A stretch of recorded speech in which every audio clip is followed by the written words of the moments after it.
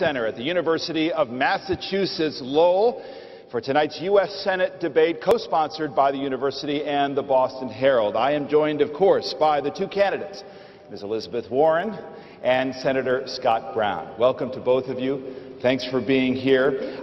Just a note about the rules tonight. Basically, there are none. It's meet the press style. No set time limits, just what I hope is a healthy discussion of the important issues facing this country and in this race, and a chance for the two of you to debate each other and have a healthy, cordial exchange between the two of you. There's a lot to get to. I know I speak for all of us when I thank the university and all of your supporters and detractors for being here tonight. So I'd like to get right to it. And I'd like to begin where it seems this campaign has been of late, and that's in the area of the personal. Some personal friction and issues between the two of you. Ms. Warren, I want to start with questions about your Native American heritage. There seem to be a lot of questions about this, and I want to see if we can clear some of these things up. You've acknowledged that you listed yourself as a minority in a faculty directory. In 1986, you continued to list yourself in those directories until 1995. Do you consider yourself a minority? And if not, is there any other reason then for some kind of benefit that you would list yourself in such directories? You know, I have answered this question many, many times, and it starts with the fact that from the day I was born until the day my mother died, she told me about who I am, who we are, who my brothers are, who my family is. And I have never used the information about our Native American heritage to get any advantage, not to apply to college, not to apply to law school, and not to get hired for any job. I was listed in a directory as, I listed myself as Native American. I was listed there. It's part of who I am. Do you consider yourself a minority? I consider myself as having a Native American background. That's what I said. That's what I am. Senator Brown, you have a website that's been created by your campaign that says we're getting to know the real Elizabeth Warren. And it allows people to check whether she's a hypocrite or a fake Indian. So who is the real Elizabeth Warren? She's sitting right here. Is she a liar? Is that your judgment? Well, David, you'd have to ask her who she actually is, but I think we need to reflect back and talk about what this campaign is really about, which is obviously the jobs and the economy, and there are other important things, but part of this race is also integrity and character and trustworthiness, and there's a test that you take, and I believe she's failed that test. And if you look back and see what we're talking about here, no one's questioning what her parents told her when she was younger or all the way through that time frame. But when she was asked by the Boston Herald, why is Harvard touting her as a minority, a woman of color, a Native American, she said she didn't know. And then after 5 weeks of misleading the papers and the reporters, she said, I self-reported. And she's never answered why she in fact did that. Now she's also said that as time has gone on, I can't change who I am. That's the nature of her commercials. I can't change who I am. But as we noticed throughout her life, up until she was 38 years old, she was white. And then she self-reported, as she referenced, and she changed her nationality to Native American. And then as she was being considered for recruitment by as a result of that directory, she was being recruited to Ivy League schools. At the pinnacle of her success, when she became tenured at Harvard, she then changed back to being white. So when she says she can't change who she is, she actually did it twice. Do you have any evidence at all, Senator, to suggest that Ms. Warren benefited, was hired, because she was Native American or minority? Well, I think the real issue, David, is what is she telling the people not only of Massachusetts? That's a direct question, Senator. You've suggested that she's being dishonest. So I'm wondering, do you have any evidence that suggests she got hired other than her credentials? The best way to answer that is for her to release her personnel records, which she's refused to do. I've released 32 years of my military records, and I think the fact that she has not released her personnel records, which she's refused to do. I've released 32 years of my military records, and I think the fact that she has not released those records speaks volumes. Are you hiding something? No, I'm not. And you know, the question about character, I've answered the questions about how I was born, what I learned growing up, and also that I never used it for college, for law school, or to get a job.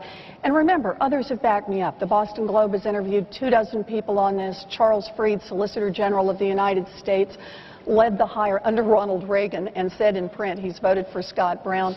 led the hiring committee and said we didn't even know about it until years later. But I want to say something about character, since that's the issue. You know, I think character is how you live your life. I'm the daughter of a janitor who ended up as a professor at Harvard Law School and working for the President of the United States. I am proud of the 2 children I've raised, of the husband I've had for 32 years whom I adore, and my 3 grandchildren. I have taught school, I have taught generations of students, and I hope occasionally inspired a few of them.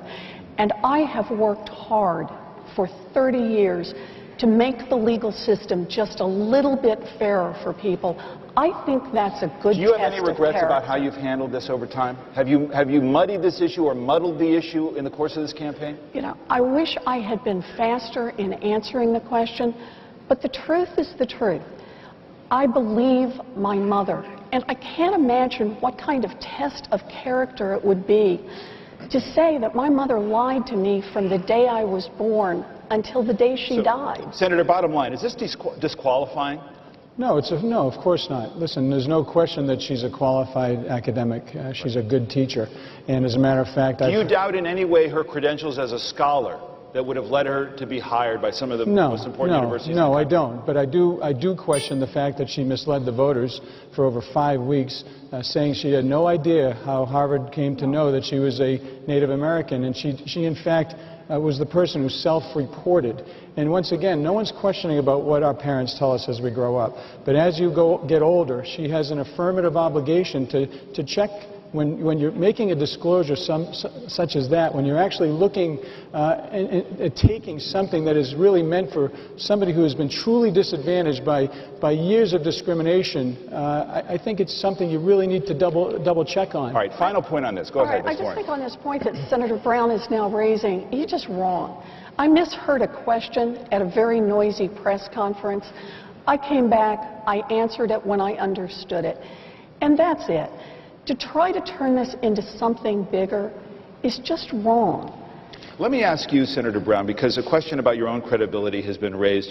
This got some attention back in June on a radio program. You talked about having secret meetings with kings and queens and prime ministers in your job as senator. You said in your campaign you misspoke, but in fact, this is something that you said on multiple occasions. Were you guilty of exaggeration here? No, David. Actually, I was trying to make a point that when we're talking about the economic issues, from meeting with people who are in leadership positions in other countries, and you've met a lot of the same people I've met, they talk about jobs and the economy and the fact that the number one thing we need to focus on is jobs in the economy, from those wealthy and important leaders all the way down to the poorest farmers. I never met the poorest farmer either, but it's about presenting a scenario where we can point out that there are very serious issues affecting our jobs and the economy. But let me talk about mistakes. I've made mistakes, David. I will make more mistakes. As a matter of fact, before I got elected, on my victory night, I said my daughters are available on national TV, and that was a a pretty good mistake. and I'm still paying for that one. But the difference between when I make a mistake, I correct it. I immediately corrected it. Professor Warren, when she made a mistake and really misled the voters of Massachusetts, it's not she didn't hear the question. This went on for 5 weeks of people of the media asking her specifically how they came to know that she was a Native American. And she responded to that. I got to ask you this. He always calls you Professor Warren. Do you think he's needling you, trying to cast you as an elitist professor in the eyes of the voters? Does that bother you? It doesn't bother me. Can I just say something? I worked hard for this, and it doesn't bother me. Listen, the Boston Globe reported today that she's very proud of being a professor. Whenever I see my professors from school, I say, hello, Professor Gittleman, or Professor so-and-so. It's certainly meant, she's earned the title. She is now a sitting professor at Harvard Law School. You both have done legal work as attorneys, and there's been some discussion and charges back and forth about clients that you've represented. You have released a list of those clients that have come up. Senator Brown, to my knowledge, you have not. I did, actually. I released it about a week ago. You have released a list of those clients that have come up. Senator Brown, to my knowledge, you have not. I did, actually. I released it about a week ago. I'm a real estate attorney representing small banks out of a home office. So, yeah, I did that last week. So, as far as I'm aware, in terms of the lawyers that I know, and I know quite a few, legal work entails becoming an advocate for clients, not necessarily an advocate for a particular policy position. Is there a reason that you two doubt each other based on the clients you've represented, that it should somehow be an issue in this campaign, Ms. Warren? Well, actually, let's start with that disclosure part. I haven't seen a list of Senator Brown's clients. All I know was that Senator Brown said at a press conference last week that somehow over the last 25 years, while he's been out there working in the public interest and representing people here in Massachusetts, that he also was representing banks and mortgage companies. But I haven't seen a list of those clients, and I didn't realize that it had been made public. Is that right, that there's a public list now of all the clients that Senator Brown had and the work he did for them? Professor, with all due respect, the only person that's required to provide a list is you, when you actually have to provide it on a yearly basis to Harvard. And when asked if there was in fact a list, you said no, there's no list. Well, we find out that there is in fact a list, and apparently she's released it tonight. I made it very clear last week. People know that I am a real estate attorney. I have an office in my home. I represent a couple of small cooperative banks, and I represent the United States government as a JAG. But David, no, if I may, the real issue here is we want to talk about clients. The real client here and whose side you're on and the corporate representation, it is important. You asked if it's important. It is. Because throughout the routine that Professor Warren has been saying throughout this campaign, she's out there representing the little guy. She's out there representing the workers. LTV Steel is a company that she represented in an effort to deny union workers, coal miners, their health benefits. She got paid a 5-figure salary, and she was on the side when no one was watching, and when she had a choice to make, when the cameras weren't rolling, she chose to side with the steel conglomerate. In addition to that, Travelers Insurance, she got paid almost $250,000 to represent a large insurance company, one of the largest in our country, to actually hurt victims of asbestos and deny them the benefits. Now, she'll say, oh, I was setting up a trust. There's no way that Travelers Insurance is going to set up a trust and work for the victims when, in fact, they're paying her as a hired gun. Before Ms. Warren responds, hold on one second, 2 points. Have you released what exactly you did for those clients? I've already said it publicly. I don't know how much more public I have to get.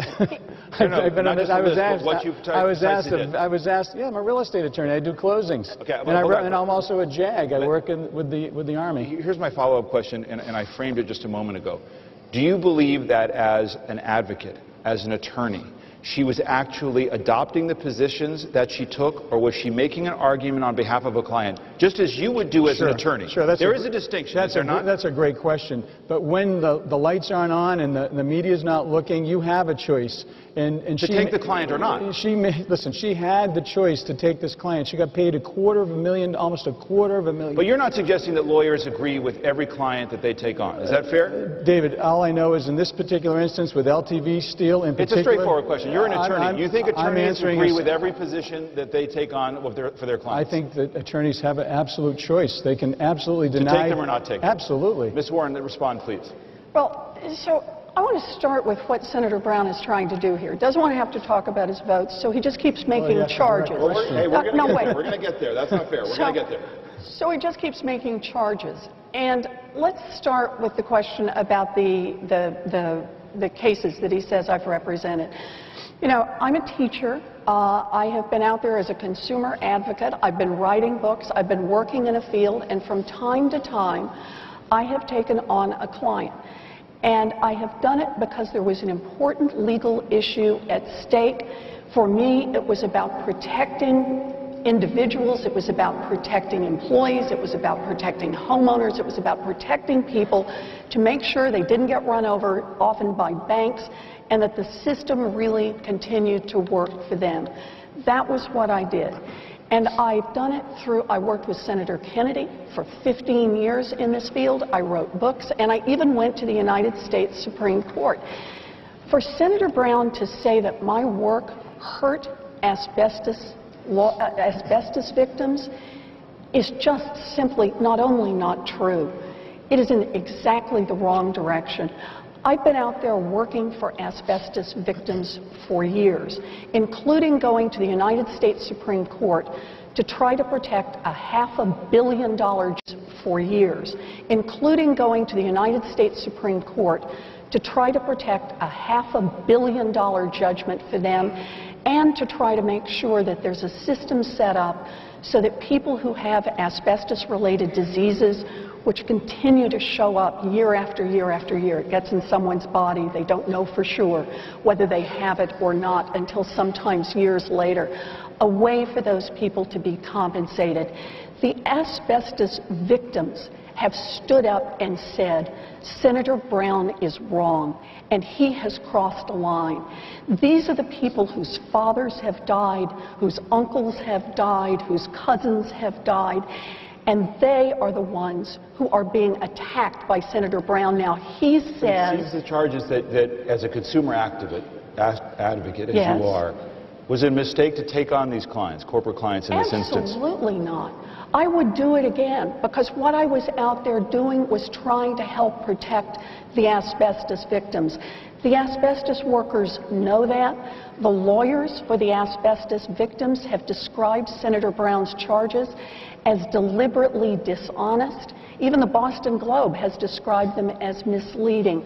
I was out there working for asbestos victims. I went all the way to the United States Supreme Court, and if I had the chance, I would do it again. You're obviously not it's the right thing to do. David, with all due respect, Travelers Insurance Company is not going to pay $250,000 to Professor Warren to be a hired gun to work for the victims. So that's laughable. Let's get that right out. The victims of the... Excuse me. This was insurance company versus insurance company. Two insurance companies were fighting in the United States Supreme Court. If one of them won, then the asbestos victims would have a chance to get another $500 million in payments, and there would be a device to pay them over time. David, once again, with all due respect, she got paid, the victims of the asbestos cases got 1/40th of what she got paid. Some of them have never received a penny. It's laughable to think that she was working for the victims to set up a trust so these people get paid. A lot of them have not been paid to this date, and they got 1/40th of what she actually paid. But let's assume that she's correct on the asbestos matter. The LTV steel is a whole different situation. For the union workers listening and watching, I'm a union member. There's only one person in this race who's been fighting for union issues, and that's me. She had an opportunity to side with the little guy. She had an opportunity to side with the little guy and actually work. And once again, when the lights weren't shining and the people weren't watching, she made a choice to side with the large conglomerate and actually got paid another 5-figure salary to deny the health care benefits for people who negotiated those settlements. Go ahead, final point on this. So Senator Brown, once again, is just making things up. The reality is that in the case of the coal companies, which he's talking about here, and Black Lung, that everyone was going to get paid. It was a question of protecting a particular legal principle, but everyone was going to get paid. And let's be clear, Senator Brown is the one who is not working with the unions. The unions have endorsed me. The asbestos workers said I was on their side, not Senator Brown. The coal workers have said I was on their side, not Senator Brown. And he can't change the facts. Excuse me, just one final thought. Senator Rockefeller, when she was advocating for that, said if that legislation, unfortunately that effort did not prevail, that's why the people got their benefits. Had she prevailed, they would have unraveled the benefits that these people were going to receive. I think voters have gotten a sense about both sides of this. I want to talk about national politics here. And I can tell you, living in Washington and traveling and reporting around the country, and I think you both know it here in Massachusetts, there is such disgust with Washington because of dysfunction, because Washington doesn't work. So a question about bipartisanship here. Senator, let me ask you this. You said of Mitt Romney that he's one of your strongest and earliest backers. He said, this is a quote from you, when it comes to dealing with the economic issues, there's no one I would trust more than Governor Romney. Would you be a reliable ally of a President Romney? Well, David, I think you pointed out in your initial comment about the dysfunctionality of Washington. I'll tell you, when I went down there, I thought it was dysfunctional, and when I got there, it was even worse. and it still is, and you see it every day. And that's why I have had taken great pride, and I'm speaking to the independent voters of Massachusetts and being that independent voice. I vote about 50% with my party and about 50% with the Democratic Party, and that's a lot different than what Professor Warren would do to be in lockstep. So to answer your question, I don't work for anybody. I don't work for President Obama or Mitt Romney or Mitch McConnell or Harry Reid. I work for the people of Massachusetts. To answer your question, I don't work for anybody. I don't work for President Obama or Mitt Romney or Mitch McConnell or Harry Reid. I work for the people of Massachusetts. That's what being an independent is all about. And a good idea is a good idea, regardless of where it comes from. And that's evidenced by my voting record in being named the least partisan senator in the United States Senate. But it is striking that you support President Romney, Governor Romney for president, I assume. Well, as I said, he's going to, when it comes to dealing with the economic issues, yes, absolutely. But we're two different people. I mean, But you'd be a reliable ally when it came to his economic plan. Listen, is that it comes fair? down to what the issue is. It's difficult to get on his economic plan, because you said there's nobody better than him, that no one I would trust more than Governor Romney. Well, I also would like to read the bills, as I do, because a lot of people don't read the bills down there. I want to read them, see how they affect Massachusetts, our country, our debt, and our deficit, and vote.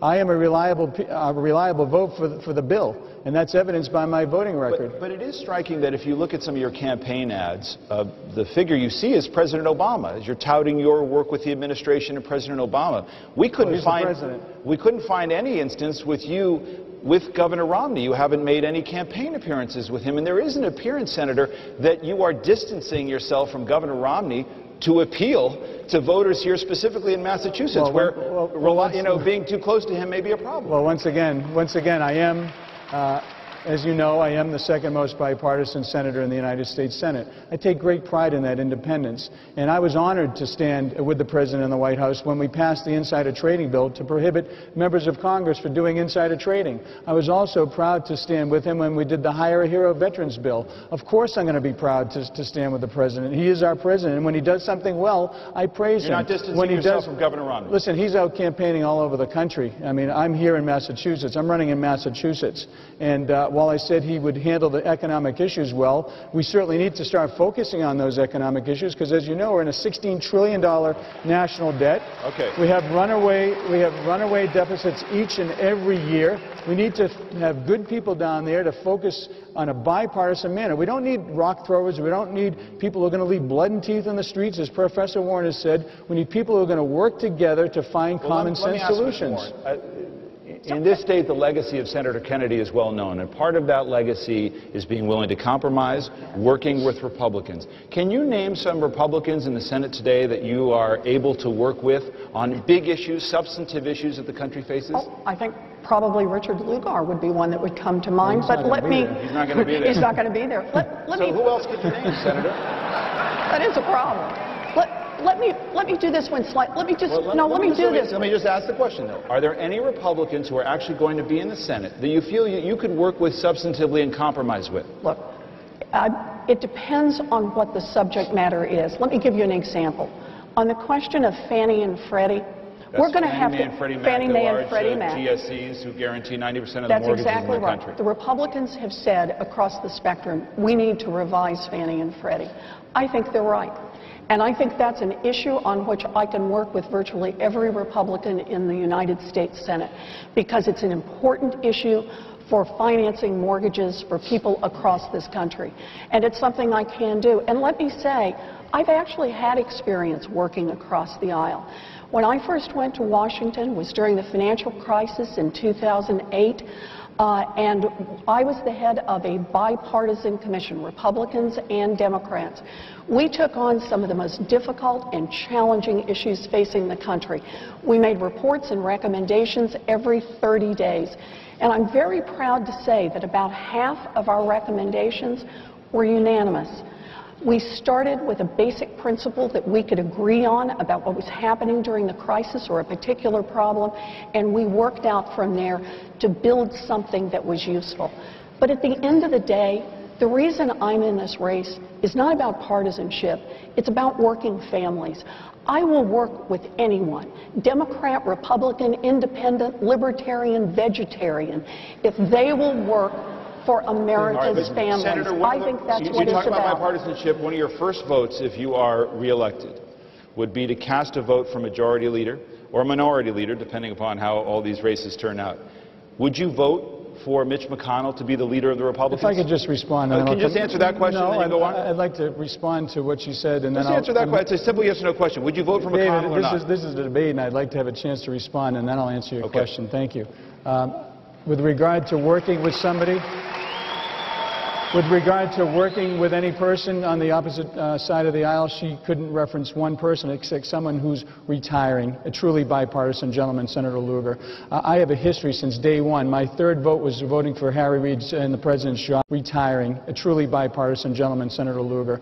I have a history since day one. My third vote was voting for Harry Reid in the president's jobs package. I have a history of working across the aisle, 54% with my party. Every other member of the delegation is 93, 94% and above. Professor Warren would be 100%. Now, when it comes to dealing with the majority or minority leader, I've already let it be very clearly known to Mitch McConnell that I'm completely disgusted as to what's going on down there. And he has a lot of work to do to earn my vote, because I don't work for him or Harry Reid. That's the beauty of being independent.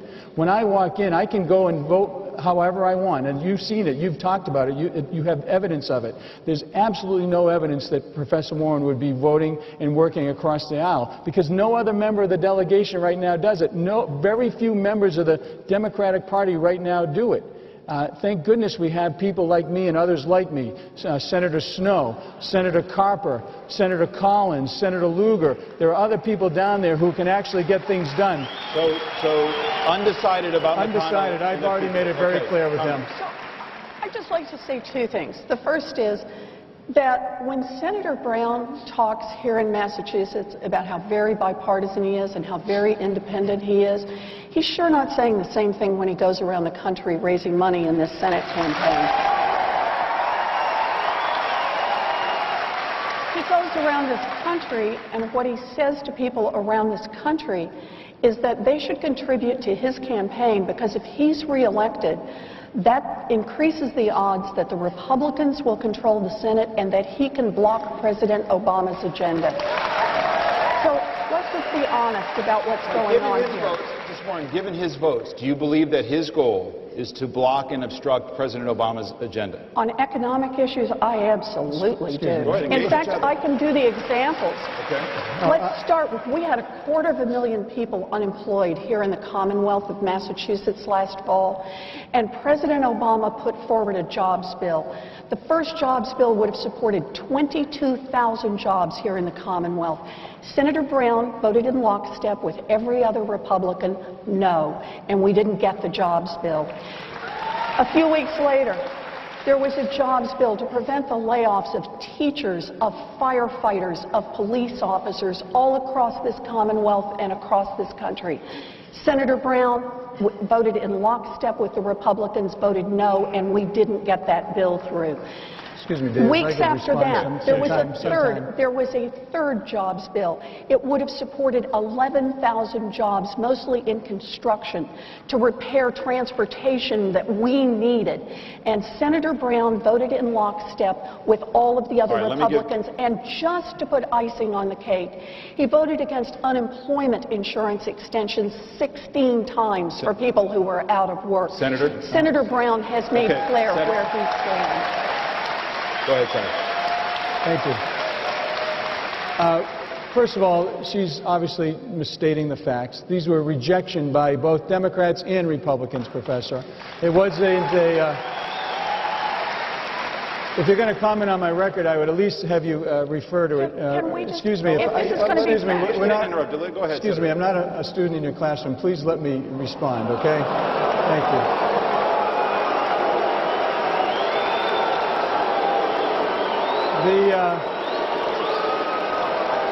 With regard to the jobs bills, they were rejected in a bipartisan manner, number one. They raised over $450 billion of new taxes. In addition, the unemployment benefits, there was no one that lost any unemployment benefits. Listen, my mom was on welfare. I remember that it's there as a safety net for people. But we also tried to find a way to actually pay for it. And Professor Warren would have actually voted against it because we had a compromise that the president put forth. And she said that she would not have supported that compromise by not only extending the tax policy that's been in place for 10 years, but also the unemployment benefits that we had. She would have voted against that because she wanted to raise taxes on some of the folks within that bracket. We actually did it. No one lost any benefits. No one lost any benefits. I was proud to vote for the bill, and as you know, when you're in Washington, you have to go back and forth and negotiate out a final solution of the bill. Let me extend this a little bit, because there'll be more discussion about how to create jobs, which is such a crucial focus, but I also want to talk about the fiscal cliff and the debt. As you know, the Simpson-Bowles Commission, which has gotten so much discussion around the country, Senator Simpson, Erskine Bowles, former chief of staff, and they came up with a plan that said, look, we got to cut $4 trillion of the debt, and here's how we're going to do it. We're going to cut spending to the tune of $3 trillion. Said, look, we got to cut $4 trillion of the debt, and here's how we're going to do it. We're going to cut spending to the tune of $3 trillion, but we're also going to deal with the tax code. We're going to broaden the base. More people should pay taxes, they say. We should eliminate some of these exemptions and deductions. And so we're going to get $1 trillion from that. And in the process of doing that, we're going to lower rates for everybody. And about 10% of that, we're going to pay down the debt. Why is that not a common sense, practical solution, Senator? Because you have not said whether you'd vote up or down on Simpson-Bowles. You have to ask Harry Reid why it never came up. Bottom line is these are bills that we have a lot of great ideas and a lot of discussion, but we can't get them to the floor. Well, but you never said whether you'd vote for it or not. I'm asking you, why is that not a common sense approach? I think evidenced by what I've already done, I would keep an open mind and work with any people of goodwill down there to make sure that we can actually get something done. Because as you know, the President commissioned that study, and then he gave a State of the Union speech and put out a budget and didn't do anything on that. We haven't had a budget in the Senate for 4 years. We need to actually get our fiscal and financial house in order, and there are many things that we need to do. Are revenue increases a realistic approach and an appropriate approach if you have that kind of trade-off? $3 trillion in spending cuts and some revenue increases to pay down the debt. You know what the problem is, David, is every single time they say in Washington, people have a feeling that they don't raise taxes in Washington. They raise taxes all the time. We have a health care bill that's raising 18 new taxes. We have other taxes that are going into effect on a daily basis. We have a very, very serious spending problem in Washington. They're like pigs at a trough. Right. But can you really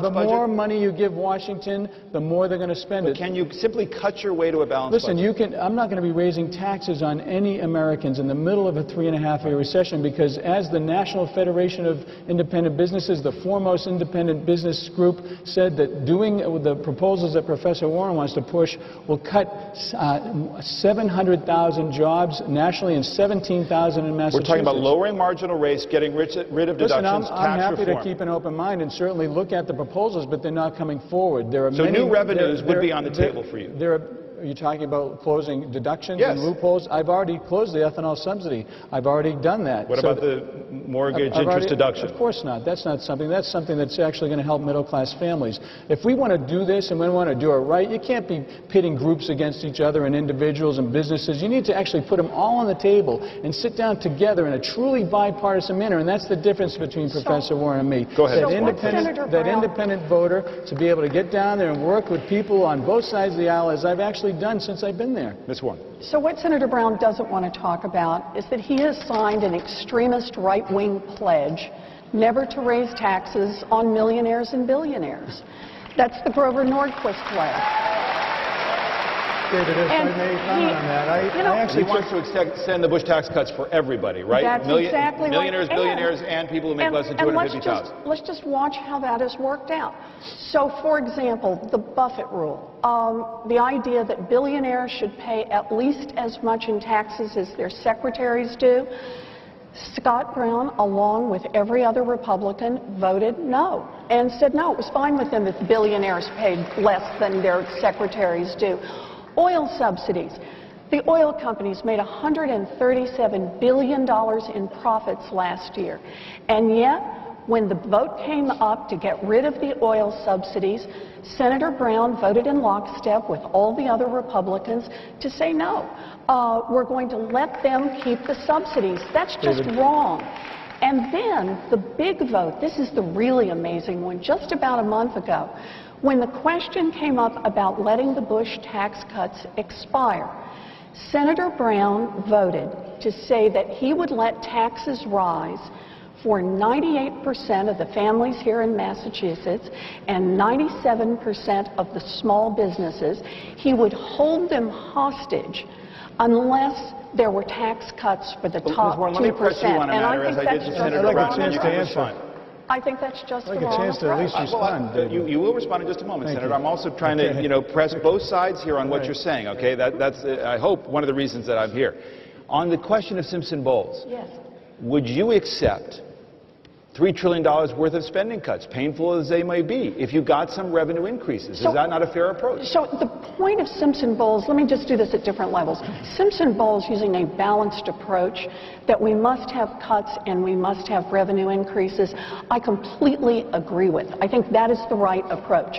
It is a moderate, sensible approach, and it is not the approach that Scott Brown and the Republicans have used. But President Obama didn't follow that approach either. They've said, no, he is trying to use a balanced approach because he has put forward proposals. But President Obama didn't follow that approach either. They've said, no, he is trying to use a balanced approach because he has put forward proposals that would increase revenues. Senator Brown and I both submitted our economic proposals to the Boston Globe, who sent them out for independent economic analysis. I want to get into response, but you just talked about that. Senator Brown, respond to what she said previously. I just wanted to ask you that specific question on Simpson-Bowles. It's been so much. I'd like to have an opportunity to actually go one by one. On oil subsidies, if anybody thinks by raising taxes on our energy producers is going to be passed off in terms of savings to motorists in the middle of a 3.5-year recession and with the high cost of energy coming out, it's not going to happen. They're going to pass off all of those off to our motorists and homeowners, and everybody knows that. If you want to have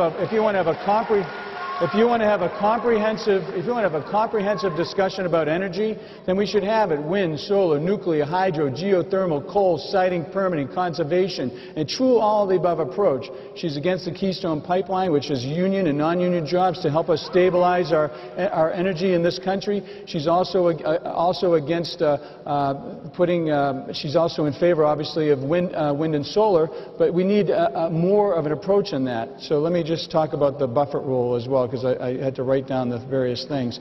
The Buffett rule, it funds the government for a day. It makes a great soundbite, but it funds the government for a day. But more importantly, we have our own Buffett rule here in Massachusetts, David. And when she's been out there telling about everybody paying higher taxes, she had a choice to pay higher taxes herself, and she chose not to do that. That's number two.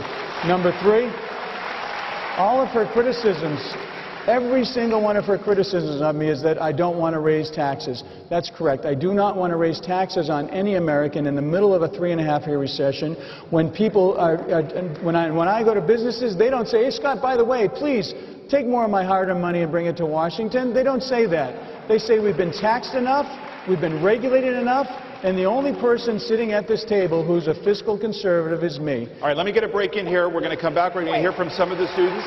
We'll have more of our discussion. Everybody's had a chance back and forth. We'll take a break. Be back with our debate in just a few minutes. Our live coverage from Massachusetts will continue in a few minutes. When that debate is over, we'll have another live Senate debate, this one from Nebraska, between Democrat Bob Kerrey and Republican Deb Fischer. We expect that to start in about less than 20 minutes from now at 8 Eastern. Generation through our history has worked and sacrificed to leave a better country to their children and grandchildren and future generations. We were then spending their money. We are now even more, much more, spending their money, and we are leaving them a mess that will be very difficult to deal with. And if we are that weak, just think of who wants to come here first and take us over. Now, the last thing I ever want to see is to see our country taken over because we're so financially weak we can't do anything. And we're moving in that direction. We're on the edge of the cliff, and we have got to start fixing it now. Otherwise, we're leaving a disaster to our children and grandchildren future, and we could even lose our country. Ross Perot, interviewed by USA Today's Richard Wolff on the economy, the deficit and debt, and how it's changed since he ran for president in 1992 and 96. Find Richard Wolff's article in today's edition of USA Today and at usatoday.com. Ross Perot, tonight on C-SPAN at 9 Eastern. The C-SPAN Campaign 2012 bus recently toured Virginia, visiting colleges and universities to speak with students about our programming. We asked students whether the youth vote will be a factor in the election. Young people will be a factor in this election because a lot of them will be very enthusiastic to vote since this is their first time, and a lot of them will want to vote for the direction that their country will go in for the next generation. No, I do not think the young people will be a factor in this year's election because I do not think the celebrities are endorsing as much, and it's not the new thing to do, and also I think the racial factors of last year's election have been overplayed. Young people will be a huge factor in this year's election because students care about the decisions that happen today because they affect tomorrow. They're passionate about what's going on, and they really want to get involved in this election cycle. Yes, I think teenagers and young adults would play an important role in the 2012 election because we are ultimately driven to change the world and the country as we see fit. There's more about C-SPAN's political coverage on our website, cspan.org/campaign2012. Now, the candidates in Massachusetts Senate race political coverage on our website, cspan.org/campaign2012. Now, the candidates in Massachusetts Senate race continue their debate live from the University of Massachusetts in Lowell.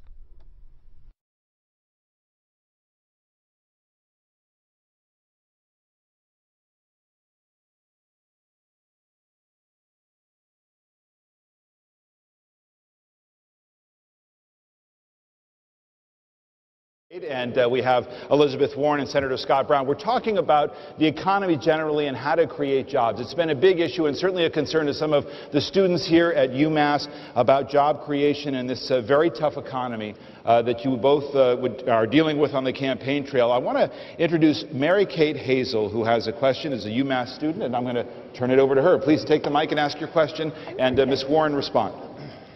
Good evening. My name is Mary Kate Hazel, and I'm a senior here at UMass Lowell studying history and political science. In May, I will graduate in this very arena. I'm not scared of growing up or going out into the real world, but I am afraid that I won't be able to find a job. So my question for you is, if elected, what specific programs or policies will you propose or support to help students like me find jobs after graduation? Good. It's a great question, and I think the answer has both a short-term part to it and a long-term part to it. In the short term, we've got an economy that's still struggling to recover, and that shows up in lots of different ways. And it's why I support Jobs Bill. The President has proposed a Jobs Bill. It's part of his proposal for getting this economy jump-started. Why? Because a Jobs Bill will put paychecks in people's hands and get work done that we need to get done. Repair roads and bridges. Once we've got those paychecks in people's hands, they spend them in the local economy, they spend them with businesses, that creates more demand, the businesses hire more people, and that helps the economy get going. In the short run, I think it's exactly the right thing to do, and I was very disappointed when Scott Brown and the Republicans blocked it. But in the long run, I think there's another answer, and that is how we create jobs for the future. And I believe the answer is we have to invest in the future. We have to make this a great place to grow jobs. And the way I see that is we make those investments in education, in roads, in bridges, in water, in power, in research, in the things that give us all of the energy going forward, so that this is a good place to build jobs. And I'll put one little last part in it. You're in a great state when you're in Massachusetts, because Massachusetts is on the cutting edge of what we can do in new energy, in clean energy, in building innovation and tech.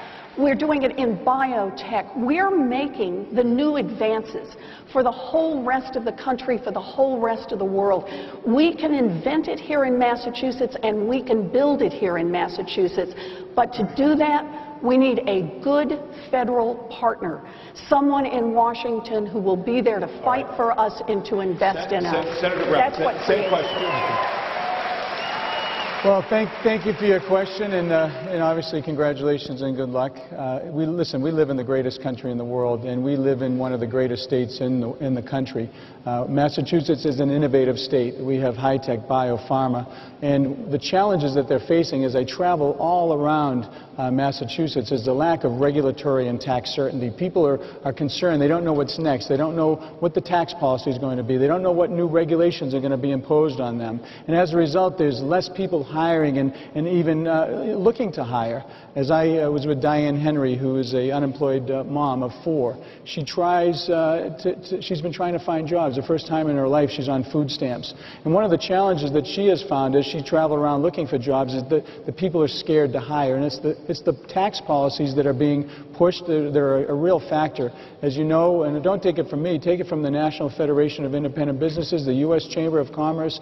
A lot of the proposals that are being pushed by Professor Warren are jobs-destroying messages. And as a result of that, there's a lot of people just not willing to move forward and hire and grow. What I have done, I've been very active on that front. We just passed a bill called crowdfunding. I would encourage you to look it up. It allows you and others to help raise up to $1 million online with investors. If you go to the Cambridge Innovation Center and go to WeFunder, it's a new financing tool for people like you and others to actually create jobs. The Hire a Hero Veterans Bill, it's something I worked on. I was proud to be at the signing ceremony in which the President signed the bill to allow our veterans who are fighting for jobs actually get hired by people who are actually coming back from serving our country. There's many other efforts that we're fighting for jobs actually get hired by people who are actually coming back from serving our country.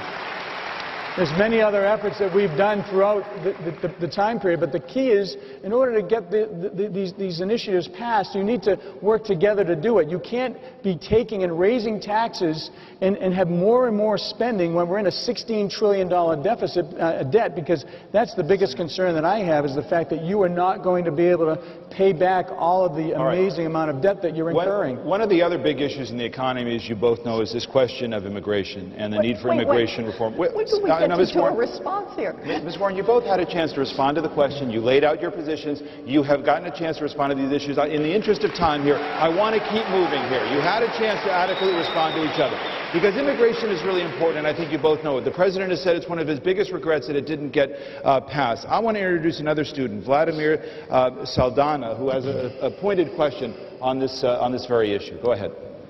Good evening, everyone. My name is Vladimir Saldana, and I'm a business, finance, and management student here at the University of Massachusetts Lowell. My family is from the Dominican Republic, and at the age of 16 years old, I was fortunate to become a U.S. citizen.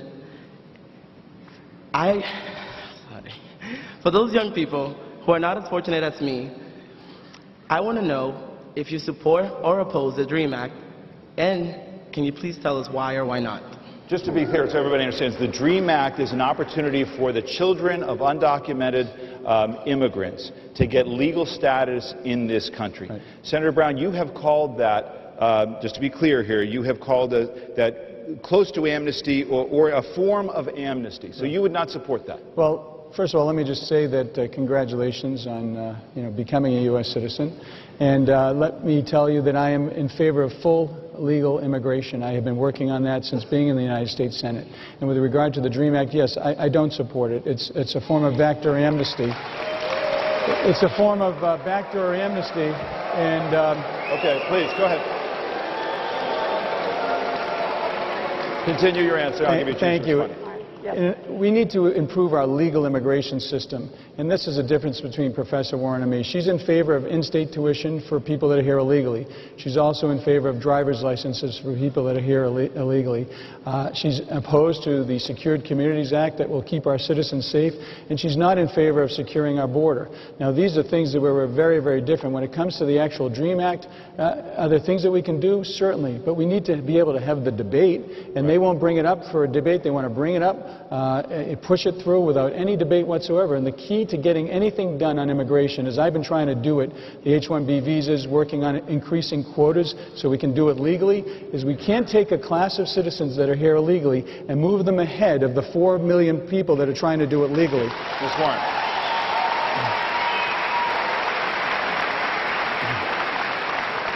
Senator Brown is right. This is a big difference between the two of us. He voted against the DREAM Act. I would strongly support the DREAM Act. I believe in it.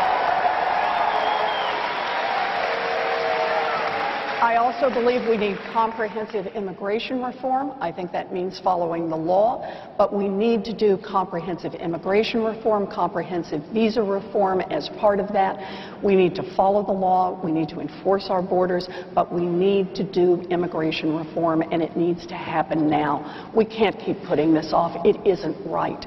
We have about 5 minutes left. I want to move through some issues as quickly as we can because I'd at least like you on the record on some of these things. I think they're important. I want to touch on foreign policy. The war in Afghanistan is drawing to a close as the withdrawal plans have been laid out for U.S. troops to return home. Ms. Warren, I'll start with you. What is an acceptable outcome to the war in Afghanistan, and what is the United States' responsibility to achieve that outcome even after U.S. troops return? You know, I think that we have always had difficulty with describing that, and as a result, I think we need to get our troops out of Afghanistan as quickly as we can, consistent with their safety. Before the president's own timeline? Yeah. So you would bring them home before 2014? I think it is time to bring our troops home and to stop spending $2 billion a week in Afghanistan.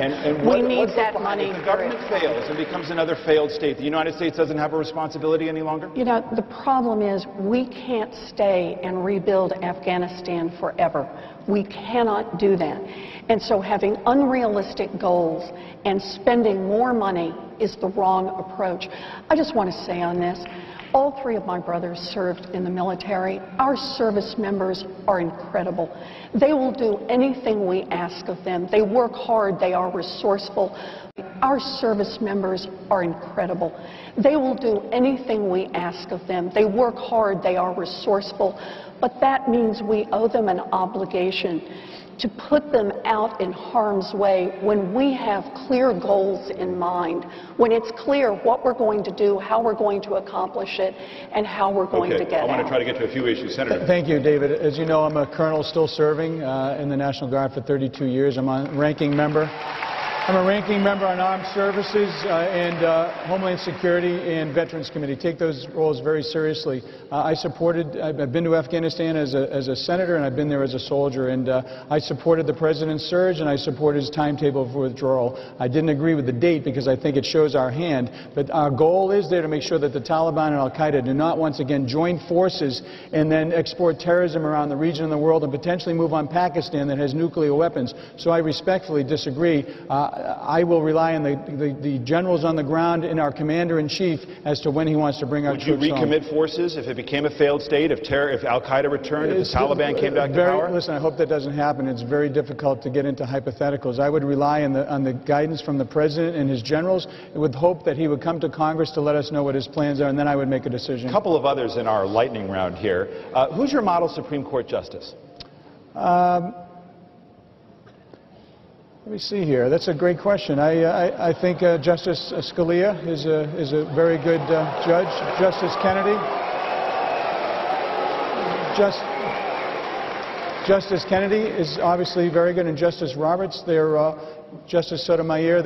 I think they're very qualified people there who actually do a very good job. Scalia and Sotomayor don't exactly... Well, you know what? That's the beauty of being an independent, David. Okay. You can actually...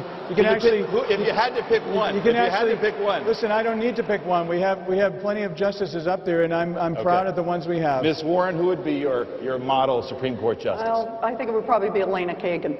All right. Let me ask you, Ms. Warren, I wonder why you think that Massachusetts has never elected a female senator or governor. I don't know.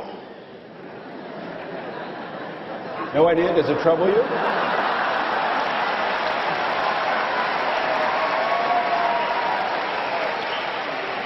Well, right now I'm trying to do something about that.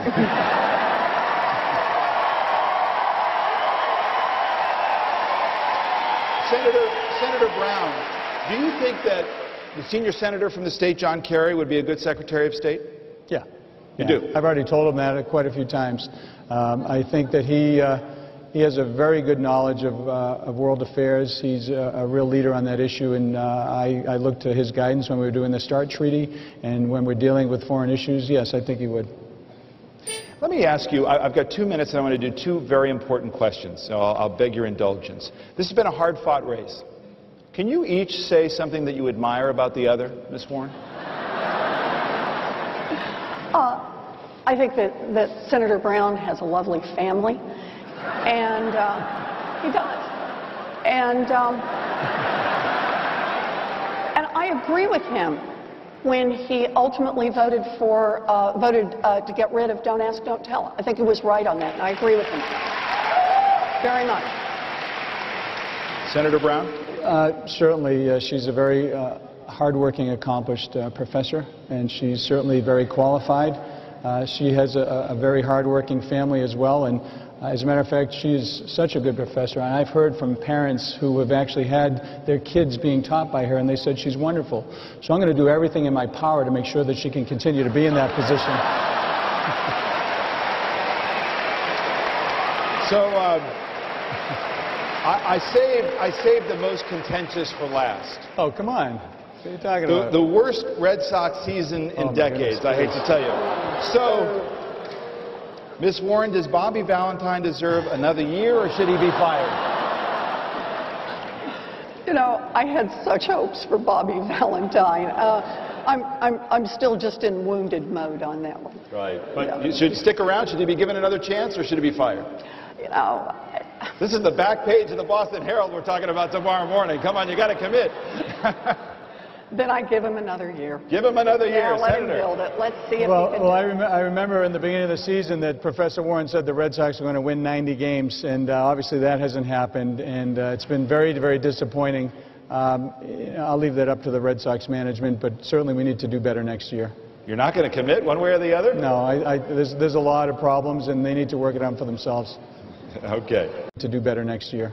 You're not going to commit one way or the other? No, there's a lot of problems, and they need to work it out for themselves. Okay. We want to move to our closing statements, and we're going to begin with Senator Brown. Thank you very much, David. Obviously, thank you, and thank you, Professor Warren, and thank you for everybody who is here, obviously participating and listening, and those of you at home who are also watching. Listen, I'm from here. I grew up here. I married a Waltham girl. I went to school here, and aside from my marriage to Gail of 26 years and the birth of my 2 kids, being your United States Senator has been the greatest honor I've ever had in my life. And I've tried to do exactly what you sent me down there to do in the people's seat, as the people's senator, to read the bills, understand them, see how they affect Massachusetts, our country, our debt and our deficit, and vote. You sent me down there to be the independent voter and thinker, and I've done exactly that. I'm with 50% with my party, 50% with the other party, working to try to find people of goodwill to move our country forward. And this election is about doing just that, because we're going to have some very, very real challenges right now. The challenges are getting our economy moving, getting our debt, our deficit, taxes, spending, jobs, national security, and you need people down there who will actually work together. And that's what I've been doing, and I need your vote. I can't do this alone, and thank you very much, David, for holding this. Okay. Ms. Warren. So, thank you again. Thank you for holding us. Thank you for all being here. You know, I'm not a professional politician. This is the first time I've ever run for public office. I got in this because America's working families are just getting hammered. And Washington is rigged to work for those who hire an army of lobbyists and an army of lawyers. Senator Brown he has some good votes, but too often when it comes down to it in the hard votes, he stands with the millionaires, he stands with the billionaires, he stands with big oil companies. He's not there for people who are out of work. He's not there for women who want access to birth control covered by their health insurance. He's not there for seniors who are hoping to pay for prescription drugs. I don't want to go to Washington to work for millionaires and billionaires and big oil. I want to go to Washington to be there to fight for working families and small businesses. That's what this is all about for me. Elizabeth Warren, thank you very much. Senator Scott Brown, thank you. We want to thank our sponsors, University of Massachusetts Lowell and the Boston Herald, as they shake hands. And I'm over here somewhere. Don't forget to